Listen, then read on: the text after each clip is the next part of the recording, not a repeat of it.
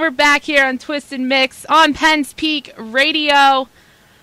It's a good day. It's a Wednesday, October 14th here. I have a very, very special guest with me. He will actually be here coming up this Saturday night, October 17th, this Saturday. It's going to be a great concert. Tommy James and the Shondells. I mean, if you don't know I don't know if you've been living under a rock, but some of the greatest singles in rock and roll American, Crimson and Clover, Money Money, Hanky Panky, all of it. Tom, are you there?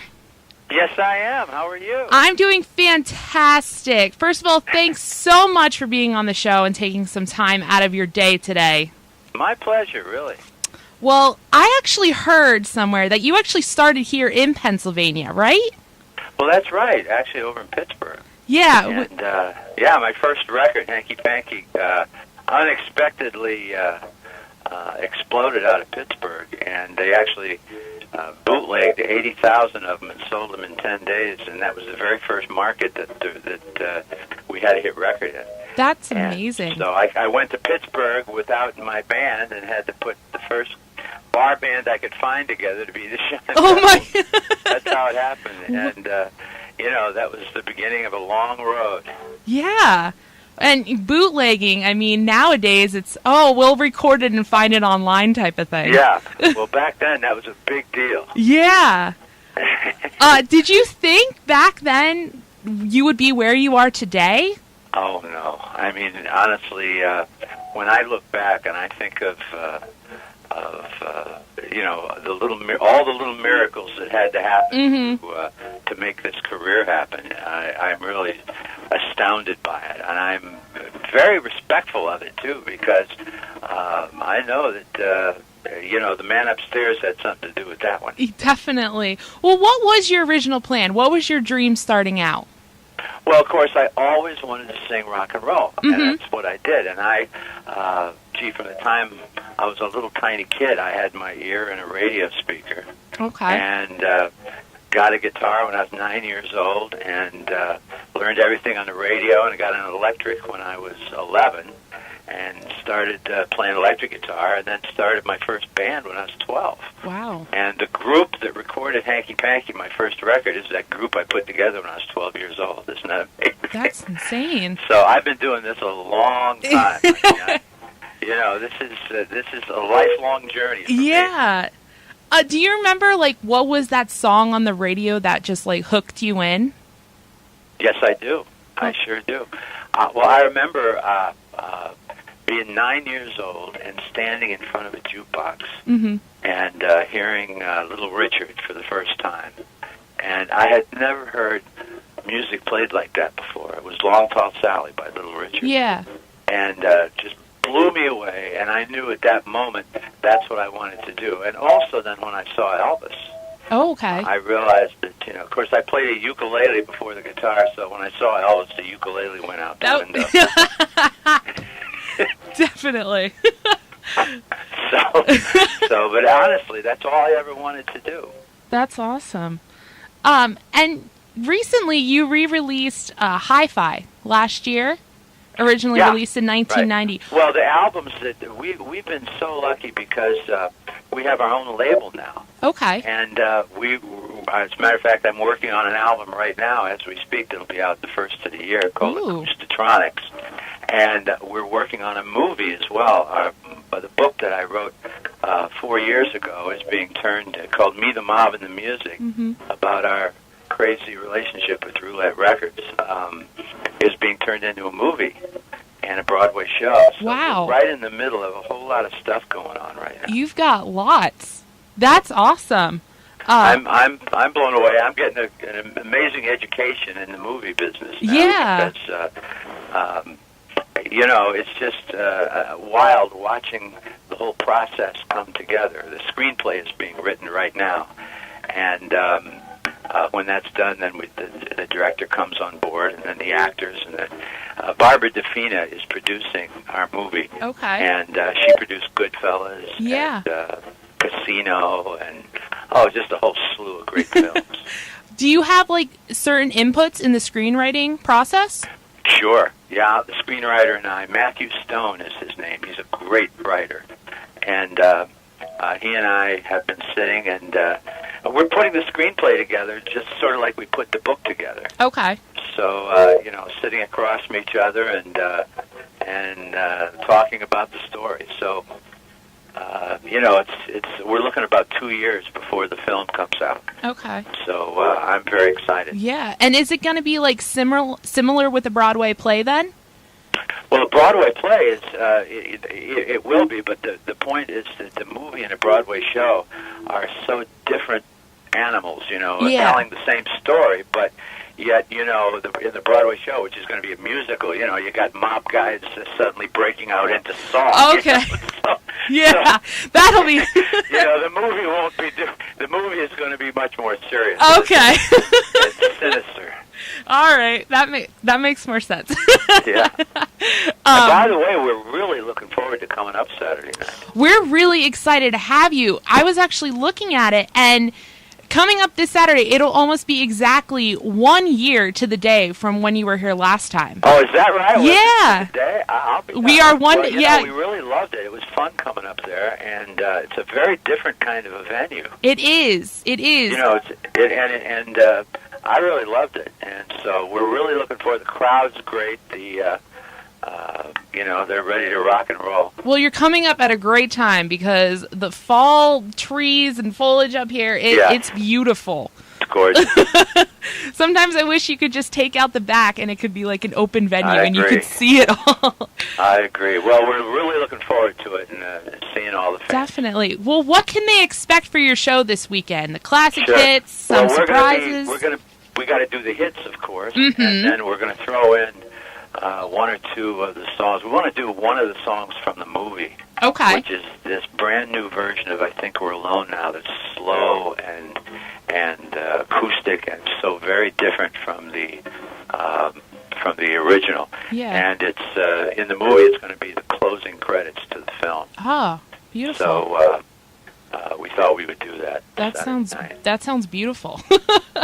After all these years, do you still get nervous about heading out on the stage? Still feel those nerves? Well, you always get a little, you always kick it up a couple of notches. Yeah. Because, if you don't get a little nervous, you shouldn't be doing it. I agree. You know what I mean? Because that's what makes you ready to rock. Yeah. That's what makes it happen. That starts the engine of the car. If you don't have that, you might as well go back home. Mm-hmm.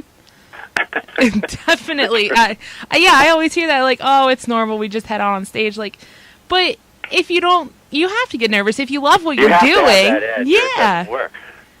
It's an energy of sorts. You bet. So you said you had your own record label now. Yes.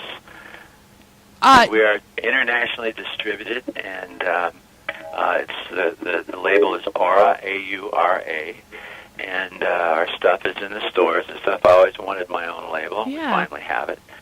And now we're able to release product, when we want to. Yeah, that's becoming the big thing. It's the artists don't have to wait anymore for a certain thing. They can go out and produce it themselves. That's right. Do you feel what's going on in the music business is so interesting right mm-hmm.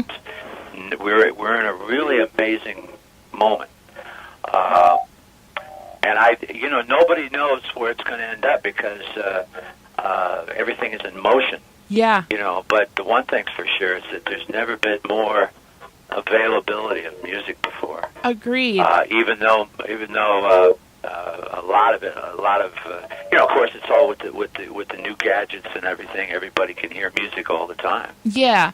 And with stuff like Spotify and online radio, do you agree with that for fans to go out and get your stuff like that? Well, I think that gradually the rules are getting made. I mean, mm-hmm. A couple of years ago it was really the Wild West. Now things are starting to come into shape a little bit. You're starting to see that they're actually paying for the usage of music, which it's not fair to an artist who has to use pay their own money to produce music to never have a payday. Agreed. That's not really fair. No. And so, but it's got to be a mutually acceptable thing. Mm-hmm. If your business model is based on ripping people off, then maybe you shouldn't be in business. Truer said. And you're saying, like, everything's moving nowadays. It's all coming. But do you feel yourself more in touch with digital world now, or do you feel yourself being, like, pulled back to using tapes? Because I know... Well, it's funny that you asked that. In one way, of course, we've never been able to touch more fans through digital. We've never been able to make contact with more people than we are now. But on the other end of the spectrum, vinyl's making a huge comeback. It is. And... You know who's doing it? It's the college kids. Who's buying the vinyl? Yep. And so it's not something that the baby boomers are putting together. It's really it's never going to take the place of digital, and digital just keeps getting bigger and bigger. But nor should it. But it's really interesting that all forms of media where music is concerned are huge now. Yeah. Everything. Well, I actually read something somewhere that we're, like, in that age right now is, like, the most nostalgia age of bringing that back. Sure. Well, that's true. I think one of the most frustrating things, young bands ask me all the time, what do we do? And it's very frustrating to young acts to try to get new music in front of the fans. It's one of the toughest things there is to do. Yeah, they want to, if there's a new band on before you, they want to hear that, like, hit that they all know, and that's really it. Until they fully understand what the band's about.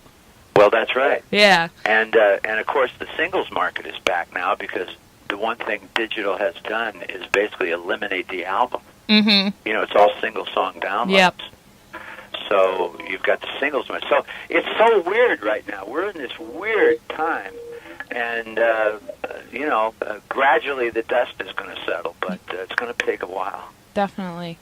Another thing that, since you have your own label, when you're recording, do you tend to record as a full band, or is it one instrument at a time? Well, I have always basically layered our music. Sometimes we'll start off with a real musician. Like this album that I'm doing now, it's basically an acoustic album. Okay. When I say acoustic, I don't mean Michael wrote the boat. It's going to be, hard edge. It's going to be heavy on the rhythm, but yet we're using acoustic instruments. Like we'll make hybrid sounds. Like we'll take a piano, and use instead of a crunch guitar, we might use the bottom notes on a piano, an acoustic piano, and then squash it with a compressor till it's got that edge to it, like an electric guitar, and then use that as a basis for a song. Okay. And so we're doing all kinds of crazy stuff like that, stuff that I would have loved to have done in the '60s, actually. But it's so we'll start. I like starting with real drums and a real band, maybe doing 3 or 4 instruments, and then building on top of that one at a time. Yeah. With everything that's changing now, like you said, you wish you had this. Do you ever feel like going back and maybe redoing a song for your own benefit? Yeah. In fact, let me tell you, on this acoustic album, we redid 3 of the songs. We redid I Think We're Alone Now for the movie. Okay. And then we redid Dragging the Line. And we redid Crystal Blue Persuasion. Okay. And so I've never, I've always wanted to update these songs, so now I'm finally getting a chance. All the rest are going to be new songs, but those 3 we redid. Awesome. It sounds fantastic. I am very excited to hear it. If you just turned in, we are talking with Tommy James of Tommy James and the Shondells. They will be here this Saturday night, October 17th, up here at Penn's Peak. Almost a day till they were here last year. We're so excited to have them. It's going to be an awesome evening. It's going to be fun. I can't wait, honestly. Yeah. And I love that venue. Yeah, it's going to be beautiful. Everyone come out, hang out. We're actually going to be having some tickets to give away a little later on in the show, so make sure you're tuned in for that. So for the rest of the year, you're just going to be working on acoustic stuff? And we're doing the album. We've got a few more dates. Our touring season usually goes from the spring to the fall. Okay. And then, but this year we're in the middle of the movie and we're in the middle of the album, so it's going to be really a very busy time. Do you ever take a break? Honestly, no. I'm not allowed to. No. But, my idea of a vacation is coming home and not living out of a suitcase. True. Do you like spending more time in studio, or is it on stage, or is it a mix? I guess a mix. I love the studio because I love making the records. Okay. I always have. But I love performing too. So it's a little different. It's a very different head, but I love mixing it up with the fans. Yeah. Well, it's going to be a fun one this Saturday. We're all excited to have you guys here. It's going to be a crazy night. Well, thanks for all your help. Thanks for calling in, Tommy James. Well, you take care now. You too. I hope you won't be a stranger Saturday. Not at all. We're excited. Thank you so much for chatting with me today. I hope you have a great rest of your day. Thank you so much. Bye-bye. Bye.